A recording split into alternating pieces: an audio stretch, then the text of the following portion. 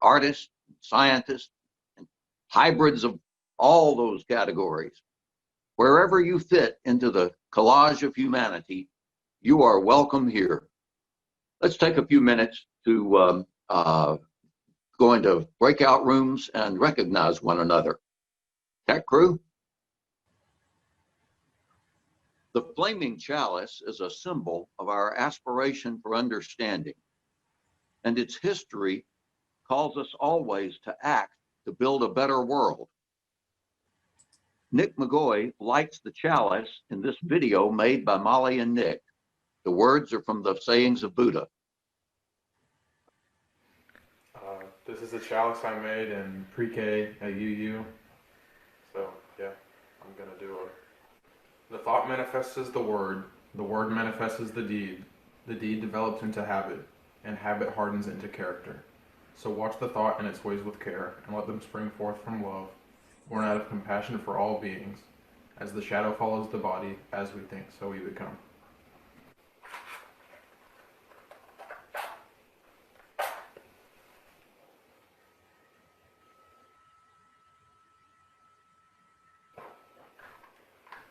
So yeah, thanks Larry for asking me to do this. You're welcome, Nick. Thank you. Our opening hymn is number 88, sung twice.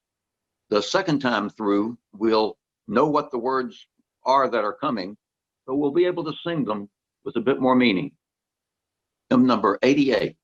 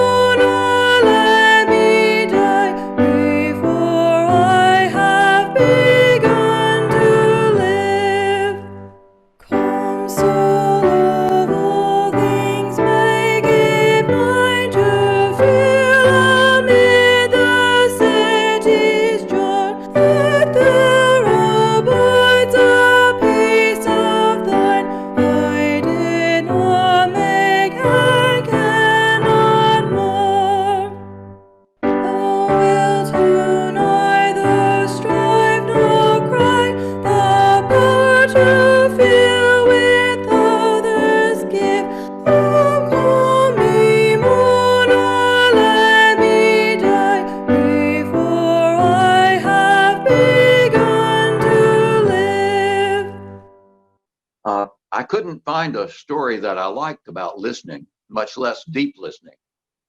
But my son recently thanked me for telling him stories when he was young, a practice that he continues with his daughter. So I thought, why not tell a story? Now, telling a story is tricky. You need one or more characters. You need a plot. You really need a picture of a situation that you'll develop into the action in the story. So I asked myself, what picture comes to mind when I hear the phrase deep listening? And the picture that came to mind was of a blue whale diving down and deep into the ocean. Now, why does the deep, once he dives down there, he sings, makes noises. They're very low pitched songs, octaves lower, an octave anyway, lower than I can sing. Why does he sing? Is he trying to say, I'm here, I exist? Or is he trying to attract a friend? Or is he just singing for fun, the way we humans do on long car trips? Well, whales rely on sound much more than we do. Light does not get deep down into the ocean, so sight is not very important. Molecules don't diffuse much either in the dense ocean the way they do in air. So smell isn't that useful either. But sound travels 4 times faster in water than it does in air. And low pitch sounds have very long wavelengths that are not absorbed very well. So these sounds can travel very far. Now, exactly how blue whales and humpback whales produce sounds is actually not known. Some aspects of it, though, are. And one very interesting point is that when we sing, oh, like that, we're putting air out. Those whales need that air. They produce the sound without expelling air. Now, that's very hard to do. I mean, here, I'll try.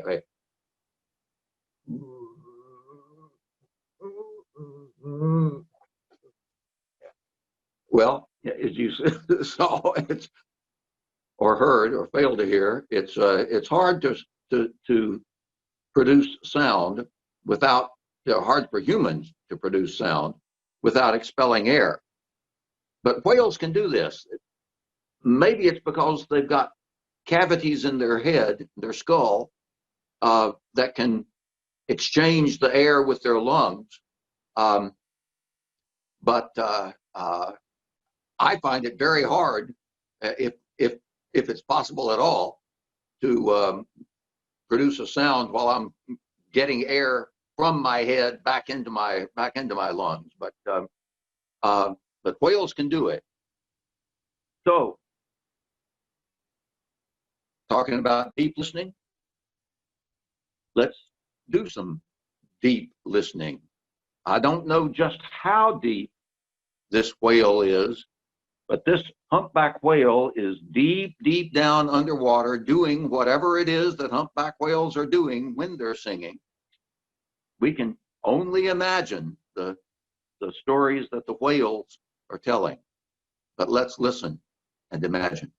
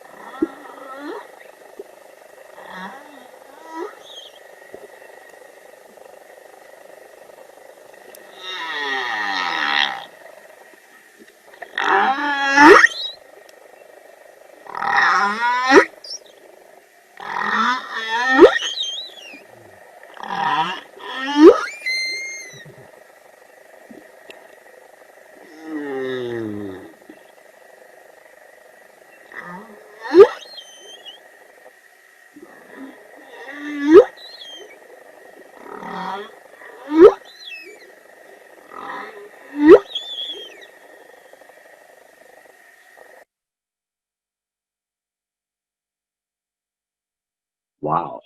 We can only imagine what stories the whales are telling while other whales are listening deep underwater.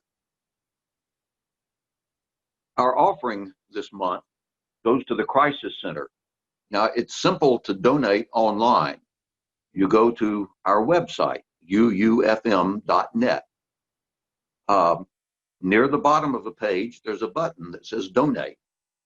Pressing that takes you to a page where you can choose to donate to Helping Hands, which this month is the Crisis Center, or to the Blessing Box outside a Wonder Workshop in memory of Richard Pitts, or to the UUFM.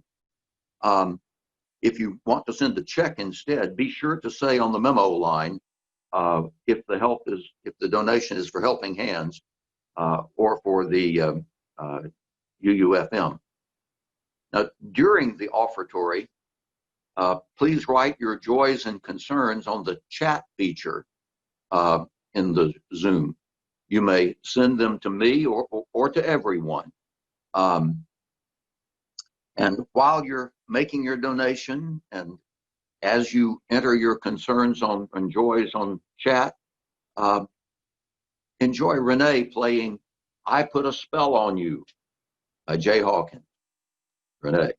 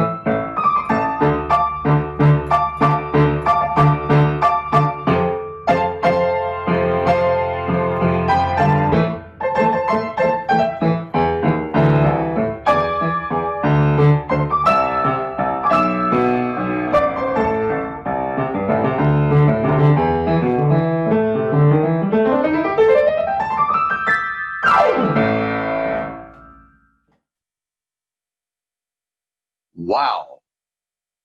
Thank you, Renee. Thank you very much.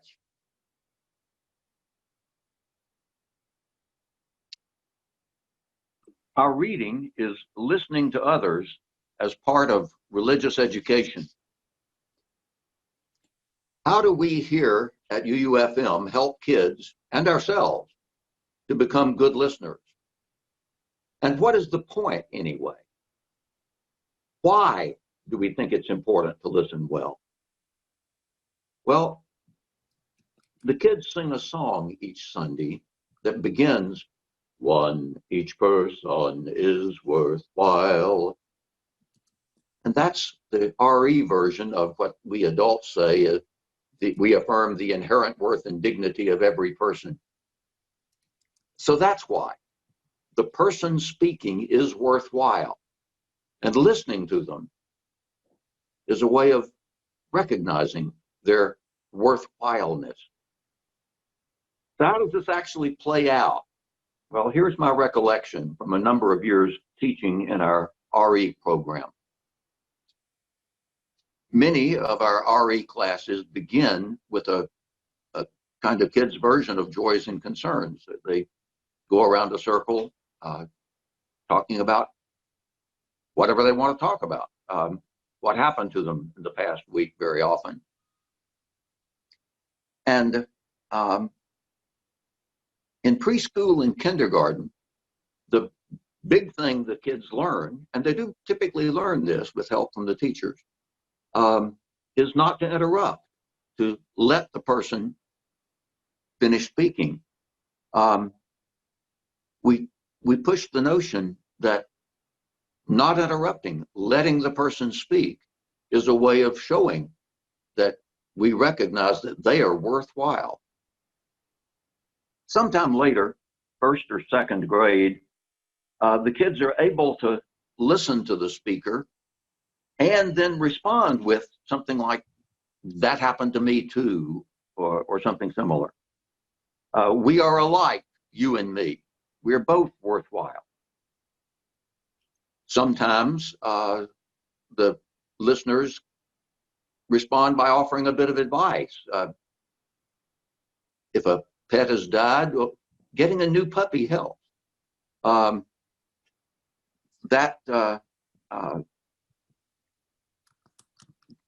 That advice giving is, again, one of the things that is sometimes appropriate for us adults to do, but sometimes not. About this time, first or second grade, maybe third, the kids have begun to be able to listen well enough to ask a question, to follow up what the speaker is talking about. We adults surely know how affirming it is for someone to take enough interest in what we're talking about to ask us questions and ask us to say more. That business of listening to ask a question is something that rarely happens spontaneously. The teachers have to push that possibility of asking a question to generate that. But eventually, we hope that by the teacher's examples, by their life at home, by their reading, eventually we hope that the kids and each of us learn to recognize when commiseration and advice are not what is needed. Sometimes what is needed is simple recognition of the speaker's pain or joy. That recognition, being able to recognize that, being able to step back from ourselves enough to listen and recognize that, needs the deep listening to another person. And so that brings us to our speaker today. Our speaker today is Susanne Glymour, a teacher of nonviolent communication and nonviolence principles. That is what she does, and it is her passion. Susanne. Thank you, Larry. That is a wonderful introduction. I love what you said about the children and what they're learning. And I have to tell you, I really loved your wails. That was really awesome. I'm so glad to be here with all of you today. And I understand that you have dedicated the whole month to thinking about and exploring the theme of listening deeply, and that you guys have come at this topic from lots of different aspects. So this morning I'll share with you what deep listening means for me, and I just invite you to hear my reflections in whatever way they may relate to your own experiences. And I'll talk about what it means to me to be listening deeply in the way Larry just described, in the relationships that we spend the most time in, the people in our families, our friends, and our colleagues as well. So when I ask myself about what deep listening is, the first thing I actually think about is what is non-deep listening? What am I doing when I'm not listening deeply? Am I shallow listening? Am I surface listening?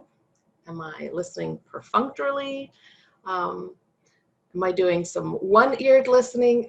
And I can tell you, as a mom, I have perfected the art of one-eared listening, for sure. But communication is something that we all do all the time, and typically when we run into trouble, we think the other person really has some serious work to do to communicate better. So it's wise to pause and consider taking stock of the way we ourselves communicate, and in particular, to take stock of how we typically listen to others. And so sometimes I might be listening in a peripheral way, like I just described with my children, but in other situations as well, because my goal is to keep an ear out for that child emergency, or I'm just listening to some background music, or I'm just sort of listening for when the trash truck is going to turn onto my street so I can dash out and get my barrel out in time. Or a basic exchange of information, right? There are lots of situations where I don't really have to listen with my full attention or my whole being. But there are these other times that the shallow or peripheral listening just doesn't serve us well. It's insufficient to do the job of what we really want. And in our close relationships, listening inattentively can really lead us to a truckload of trouble. And if you think about some time that you were wanting to express something and someone listened to you inattentively, what did that feel like? And did you enjoy that feeling? And what kind of thoughts start running through your mind when that's happening? It's not good, right? So we think about why might we want to listen deeply and when in our relationships. And Larry said, and I love this, that it's a way to recognize the humanity and the dignity of the other person. And to me, the way I think of it is that the purpose for deep listening is to understand something or someone, or to connect with them. And in my mind, that requires us to employ our human capacity for empathy, which is innate. We're all born with it, and the degree to which we practice and develop this ability then determines how skillful we become in employing that ability, tapping into it, using it. And really, I think empathy is what is at the heart of all good human relationships, regardless of the setting. So to listen deeply, I listen with empathy. And empathy requires that we give our full attention to the other person's message. To do that, to give our full attention, that means for a moment we have to empty ourselves. We stop thinking and judging. We stop our assumptions. Our whole being listens. Empathy also requires giving the other person all of the time and the space that they need to fully express themselves and to feel understood. It means that we have to become still, quiet, and expect to spend a little bit of time. Empathy also requires listening for all that is real, but not articulated. So we listen for deeper emotions, the deeper needs, the full experience for the other person, not just the spoken content of their message. What is active and alive in you right now? What is true for you right now? What do you need? There are some phrases that have become in vogue to convey deep listening, but which, in my opinion, are often, unfortunately, kind of used as camouflage. So things like, I totally understand what you're saying, and then it gets followed up with a but, or I hear you, and I think sometimes these things get used as words, pretty words, to grease that slide into presenting our own thoughts and feelings or views. Excuse me.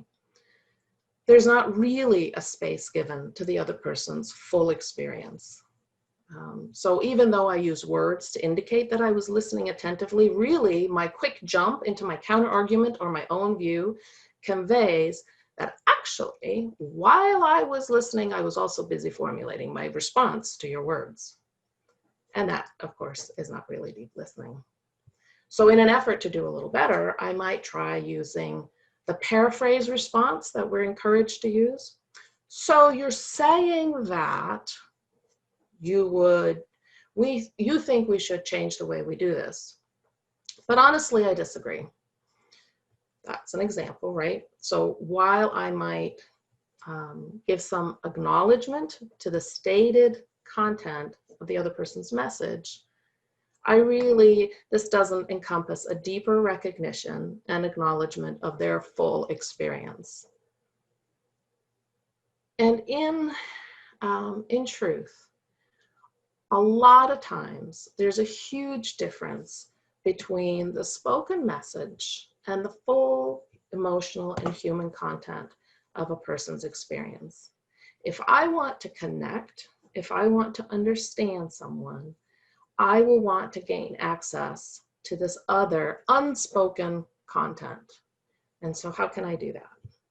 Some of it we do pretty naturally by decoding the wealth of nonverbal signals that are just part of our human interactions.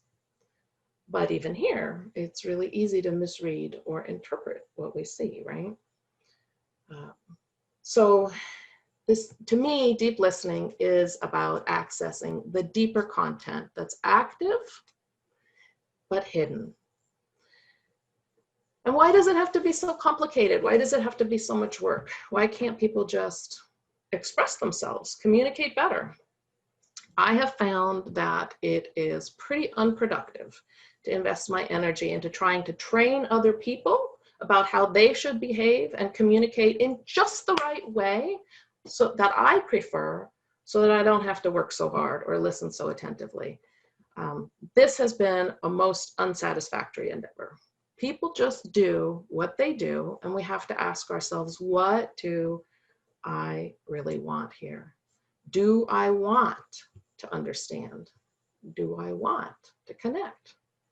It's not deep listening is not fast, it's not perfunctory, and it's not easily done with catchy phrases. So like I said, I think it has to do with empathy, engaging that capacity for empathy. If our goal is understanding and connection, if that's what I want, we begin by giving full attention. We're not just listening enough to formulate our response. In fact, we might want to try, just for practice, to commit to hold off on any sharing of our perspective or our opinion until we have fully given space for the other person's expression. So we can start by listening for their perspective on a situation or on a conflict as a whole, that perspective.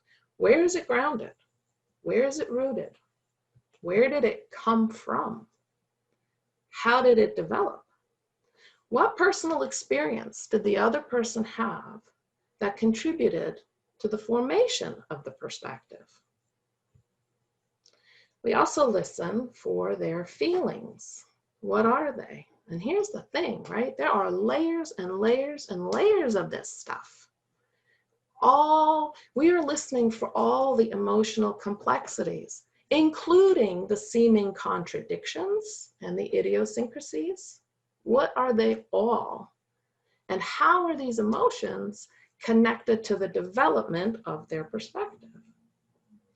And as we listen deeply and with empathy for someone's emotions, we remember that it doesn't matter if we do not or would not have the same emotion in that same situation. That's not what matters. What matters is that we understand what it feels like to have those emotions, and we have sympathy for that experience.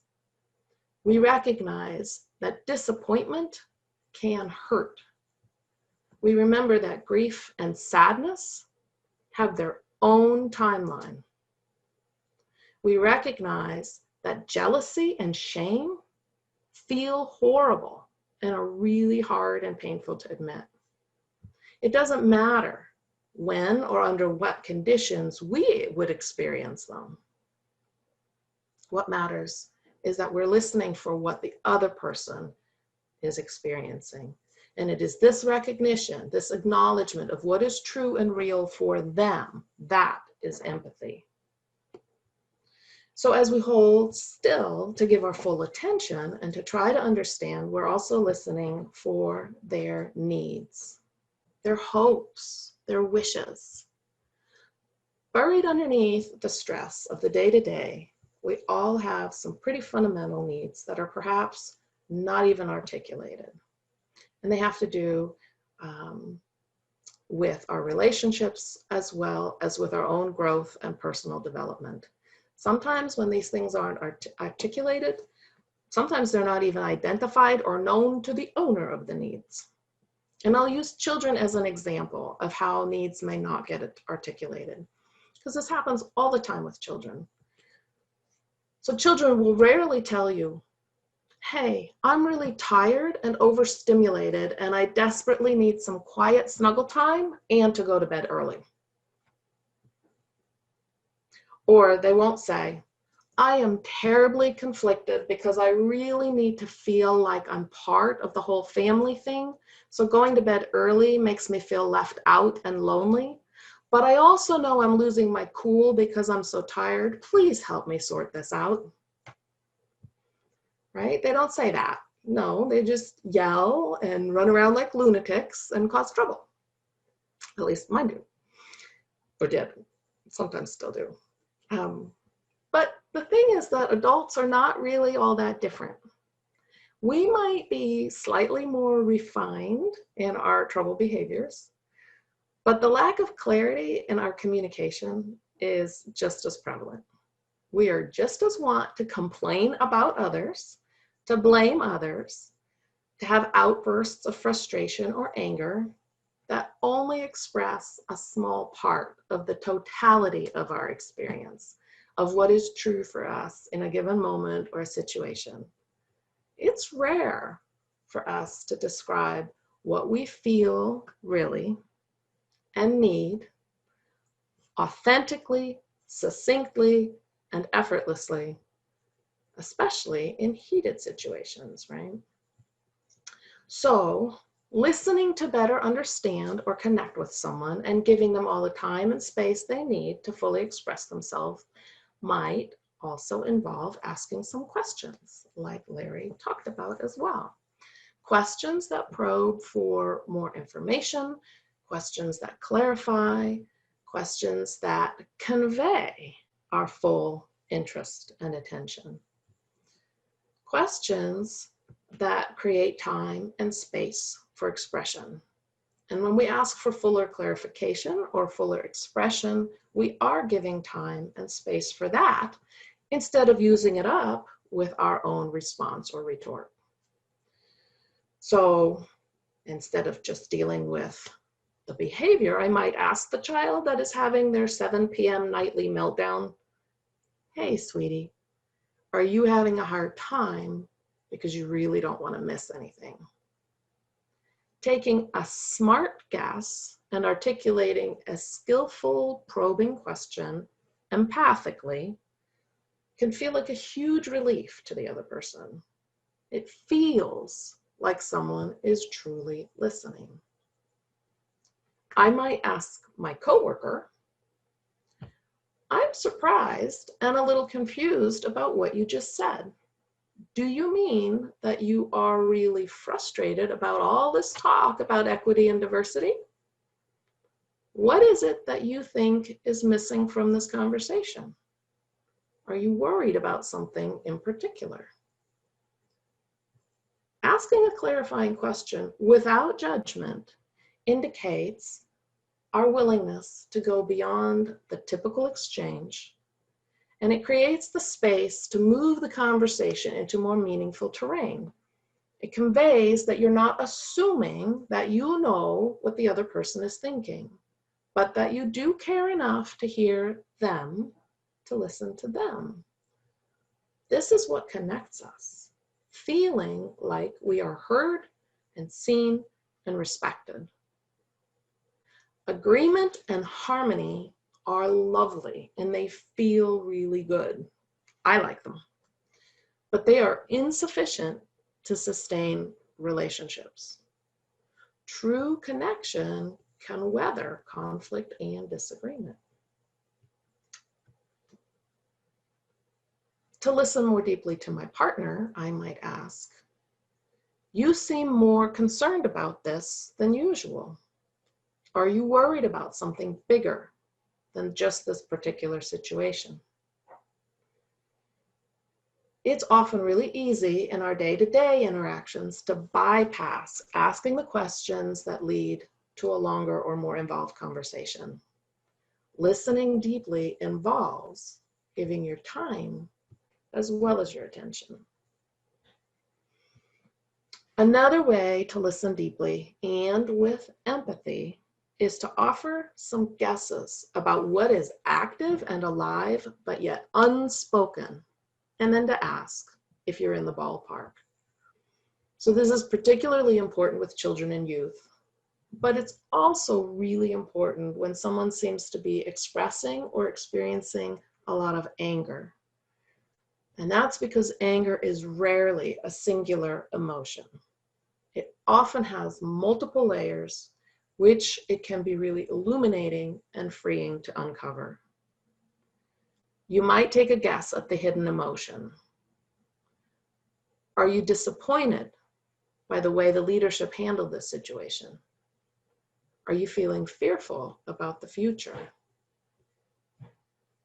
With a friend, you might guess and ask, "I wonder if part of what's bothering you is that you really hoped to connect with Sarah today and it just hurt when she canceled your meeting for the third time in a row." So the beauty of doing this kind of guessing is that if it's done with empathy, it's totally okay if you guess wrong. It just provides the opportunity for continued exchange, right? People will just say, "No, that's not how I feel at all. What I mean is," and then they tell you, which is wonderful. Most importantly, listening deeply and with empathy requires setting aside our interpretations and our assumptions and our judgments for the time being, right? If we're listening to understand or connect, we really have to be willing to accept that. For now, for the duration of this conversation, we are listening to their experience. And my task is that I will employ empathy to try to relate to that experience. If I judge someone to be too intense, too emotional, or too reactive, I am disconnecting. I am drawing back from the other person. I don't know, have you ever heard that you shouldn't tell an angry person to calm down? Why? Because it only makes them more angry, right? Why does it make them more angry? Well, because what they want you to get is whatever they're on about is a big deal to them.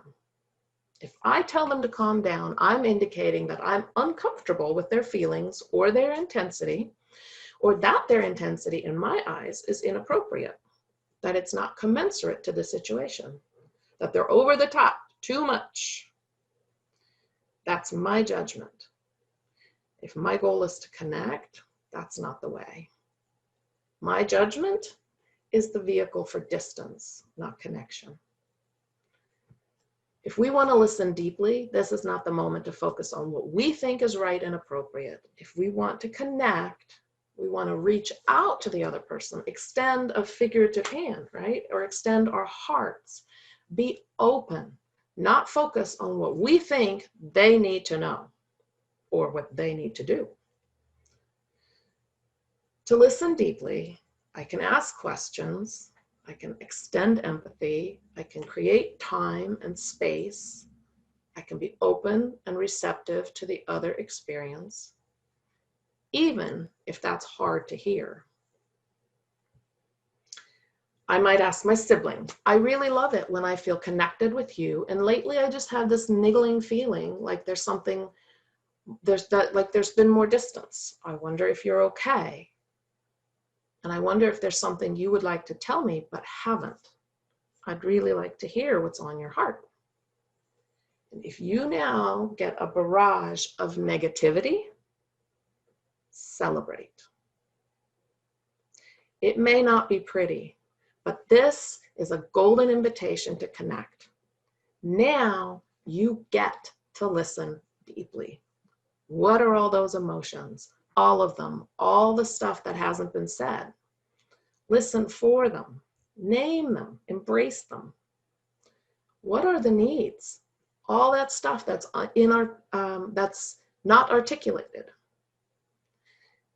Clearly, this person wants to connect too, or they wouldn't be talking to you. So say thank you. I'm so glad you told me all this. I had no idea. Now you can paraphrase, but with no add-ons. Listening deeply does not include add-ons. Listening deeply means attending fully to the other person's experience, not looking for a way to segue into mine. It means giving enough time and a space for their expression to be complete. And all our questions are about unearthing all of that, helping them to complete their expression. How will you know if it's complete? I think you know. You'll know from body language, you know from tone, you know from energy. If someone's walked away in a huff, they're not done. The conversation is continuing. It's just going on separately in y'all's heads, just not between you, but it's not over. If someone's intensity has gone from 100 to calm and their posture is relaxed, they may be done, or at least for the moment. They feel heard. When someone feels heard and understood, you can see that. Deep listening in our personal and professional relationships means suspending our judgments and interpretations for a moment, becoming still internally in our minds and in our hearts, and attending fully to what the other person is experiencing and attempting to convey. It means asking the kind of questions that help us access the unspoken content of someone's message or experience. It means embracing that moment in which we truly put the other person first. We are content to be open and receptive to who they are and what is real for them right now. And none of this means that we don't get to have views or opinions or feelings or needs of our own, because of course we do. There is something to be said for turn taking.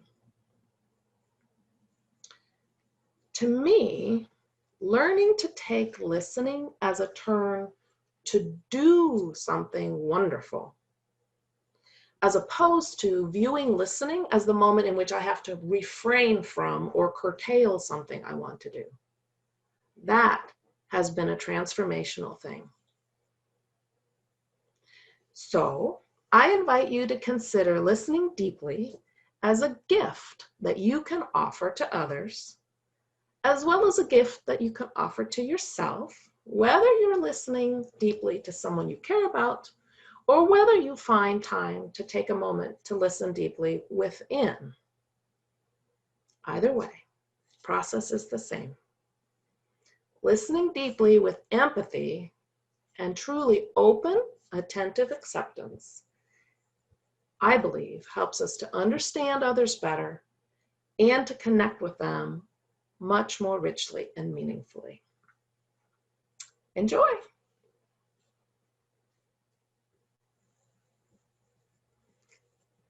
Thank you. Thank you, Suzanne. We have just a couple of minutes for questions and comments. If you want to be recognized, find and press the raised hand button somewhere near the bottom of your screen. Katie will then unmute you and you will be heard by us all. Let me get that started just by commenting to Suzanne. I appreciated your point that real listening means giving the person time to say what they are trying to say. I grew up in the Deep South, and I speak slowly, and it takes me a little bit more time to frame the next part of the comment. So being given the gift of the time to say what I need to say is just wonderful. Thank you.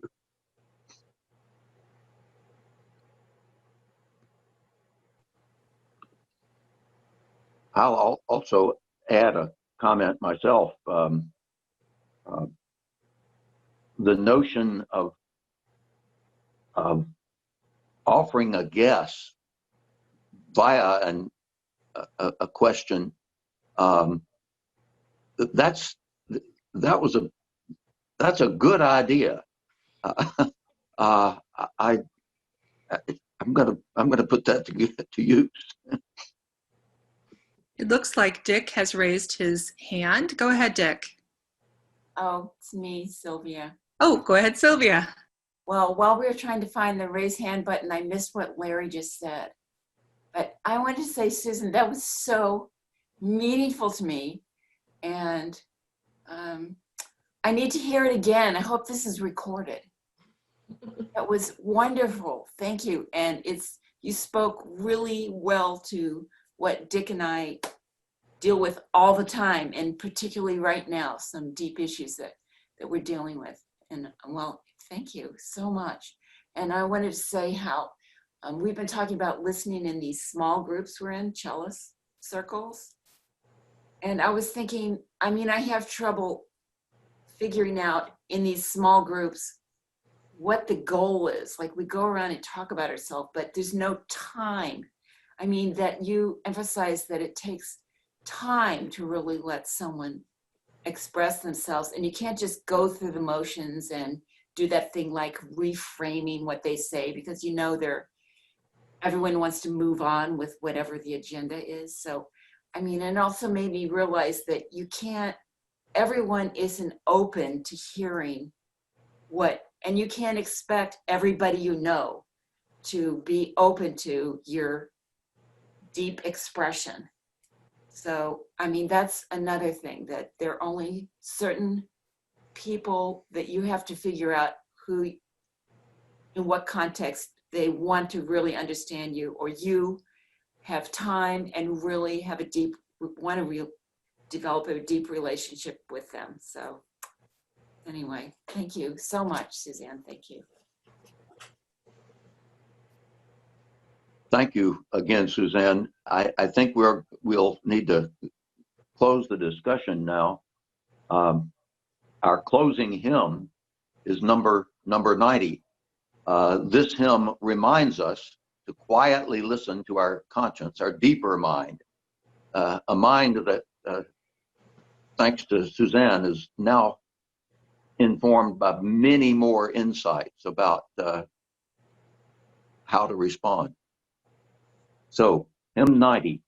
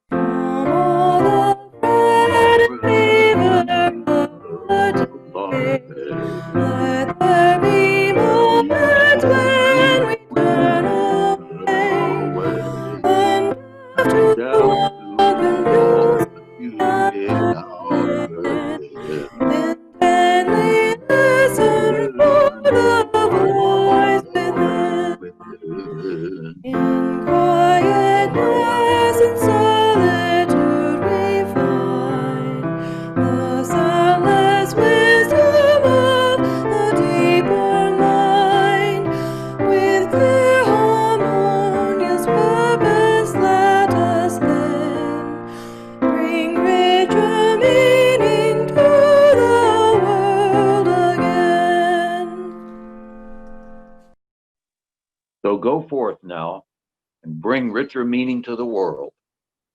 Or postpone that a bit and stay for a breakout room and more conversation. Now, either case, see you next Sunday.